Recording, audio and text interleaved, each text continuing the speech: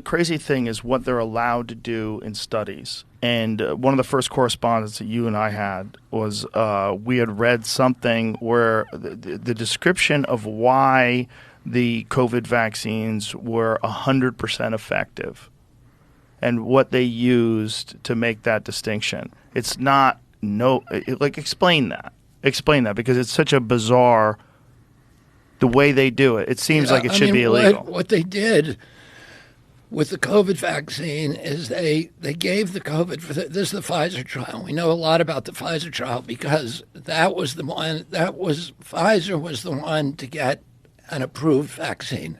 It did another trick. It got one of its vaccines approved, the Comirnaty vaccine, but that vaccine was not available in this country. But they were able to say to people, oh, we have an approved vaccine, and that made it okay for the colleges and everybody else to force you to take an emergency use authorization vaccine, which is illegal. Nobody can tell you to participate in a medical experiment. And so they played this kind of shell game. But in order to get that, they had to reveal their testing. And what they did was they gave 22,000 people the vaccine and 22,000 similarly situated people the placebo. And after 6 months, and they promised to do a 5-year study, but then they cut it back to 2 months or 4 months and unblinded it, right at the beginning. So, which is total deception.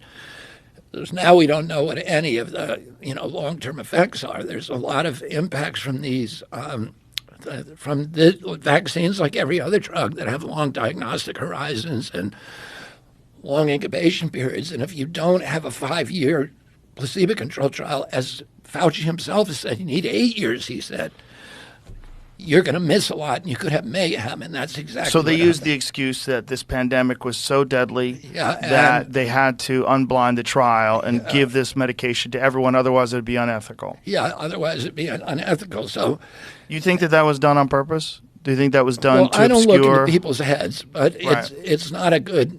The optics are not good. So. So what they did is they had 22,000 people got the vaccine, 22,000 didn't, and they have 6 months of data. Some of that is unblinded, but it's 6 months. And during that 6-month period, in the vaccine group, 1 person died of COVID. And in the placebo group, 2 people died from COVID. So that allows Pfizer to tell the public and, FDA to tell the public, oh, this vaccine is 100% effective because 2 is 100% of 1. That is insane. What they should have been telling Americans, and what they're required to under the law, is to give them a number that is called the NNTV, the number needed to vaccinate to save 1 life. How many people do you have to vaccinate to save 1 life? And the answer, of course, is you need to vaccinate 22,000 people to save 1 life. So if you're going to